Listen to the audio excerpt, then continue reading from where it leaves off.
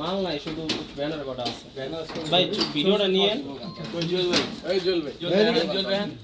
ভিডিওটা নেই।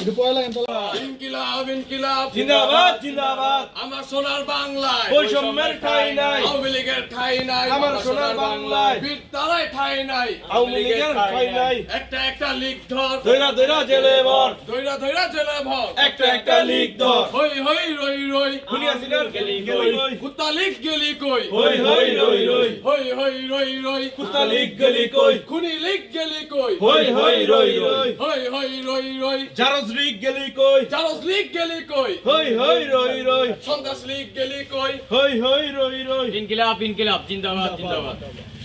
আলী নওয়াজ, আমি সিরাজগঞ্জ থানার জাতীয় নাগরিক পার্টি এনসিপির প্রধান সমন্বয়কারী এবং মুন্সিগঞ্জ একের এনসিপি কর্তৃক মনোনীত ক্যান্ডিডেট ছিলাম। তো গতকাল থেকে আপনারা সবাই অবগত আছেন যে আমাদের শ্রীনগর থানার বীরতারা ইউনিয়নের তো একটা ইউনিয়ন কার্যালয় বলা হয় আর কি, আসলে এটাতে জানি না এটা ইউনিয়নের প্রধান কার্যালয় কিনা আমরা এখনও। তো এই কার্যালয়টি গতকাল থেকে একটা ভিডিও ভাইরাল হয়েছে যে আওয়ামী লীগের কার্যালয় উদ্বোধন করা হয়।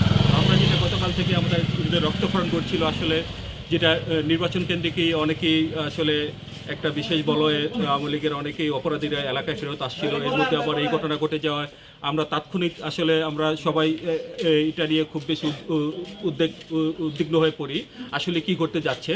দেন আমরা গত রাত থেকে সবাই কোঅর্ডিনেশন করে আমরা সকালে উপজেলা প্রশাসনের সাথে এবং বিশেষ করে থানা যে ইনচার্জ আছেন ওসি সাহেবের সাথে আমরা বসছিলাম যে আসলে এটার আপডেটটা কী। তো উনি আমাদের জানিয়েছেন যে না আসলে একটা মামুলি ঘটনা। পরে আমরাও এসে দেখলাম বীরতারা ইউনিয়নে আসলে একটা মামুলি ঘটনা। এটা নিয়ে আওয়ামী লীগ আসলে এটা নিয়ে রাজনীতি করছে, তারা খুব এটা নিয়ে ভাইরাল করতেছে না, তাদের রাজনৈতিক প্রত্যাবর্তন করছে, আসলে কিছুই না। চুরের মতো এসে একটা কর্মী এসে একটা তাদের নিজস্ব একটা সম্পত্তির উপরে একটা দোকান করা, এটা খুলে 2-3 জন বাচ্চা নিয়ে আসলে একটা স্লোগান দিয়ে তারা একটা ভিডিও ভাইরাল করেছে এবং এটা নিয়ে আওয়ামী লীগের রাজনীতি, তাদের রাজনীতি করার কিছু নাই আসলে।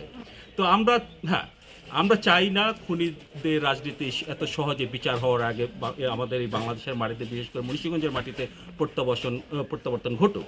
কারণটা আমরা চাই 1400 শহীদ এবং যে 23,000 যে পঙ্গুর বিনিময়ে যে আমাদের জুলাই অভ্যুত্থান ঘটিত হয়েছে, যে নতুন বাংলাদেশে বিনির্মাণের যে আমরা স্বপ্ন দেখতেছি, এটা বিচার হওয়ার আগে তারা বাংলাদেশের রাজনীতিতে প্রত্যাবর্তন যে কোনোভাবে তারা ফেরত আসুক, আমরা এটা হতে দিব না।